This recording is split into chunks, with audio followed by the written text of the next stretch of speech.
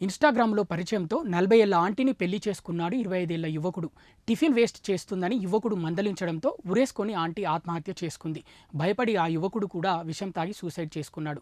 విశాఖపట్నానికి చెందిన పద్మ అనే వివాహితకు ఒక భర్త ఉన్నాడు. మెడికల్ రిప్రజెంటేటివ్‌గా పనిచేసే ఒక కొడుకు ఉన్నాడు. డిగ్రీ ఫైనల్ ఇయర్ చదువుతున్న ఒక కూతురు ఉన్నారు. పద్మకి ఇన్‌స్టాగ్రామ్‌లో శ్రీకాళహస్తికి చెందిన సురేష్‌తో పరిచయం ఏర్పడింది. ఆ పరిచయం కాస్త ప్రేమగా మారి పద్మ సురేష్ కోసం శ్రీకాళహస్తికి వెళ్ళింది. కుటుంబ సభ్యులు పోలీసులకు ఫిర్యాదు చేసి పద్మను తిరిగి ఇంటికి తీసుకురాగా 9 నెలల క్రితం మళ్ళీ వెళ్లి సురేష్ని పెళ్లి చేసుకుంది. పెళ్ళయ్యాక ఇద్దరు కైలాసగిరి కాలనీలో వేరే కాపురం పెట్టారు. పెళ్లైన దగ్గర నుండి ఇద్దరు మధ్యలో గొడవలు రాగా టిఫిన్ భోజనం వేస్ట్ చేస్తున్నావంటూ సురేష్ పద్మను మందలించాడు. దీంతో మనస్తాపానికి గురైన పద్మ ఉరేసుకొని ఆత్మహత్య చేసుకుంది. ఉరేసుకున్న పద్మను కిందికి దించిన సురేష్ భయపడి ఎవరికి చెప్పకుండా అలానే ఇంట్లోనే ఉన్నాడు. చివరికి సురేష్ పురుగుల మందు తాగి అపస్మారక స్థితిలోకి వెళ్ళాడు.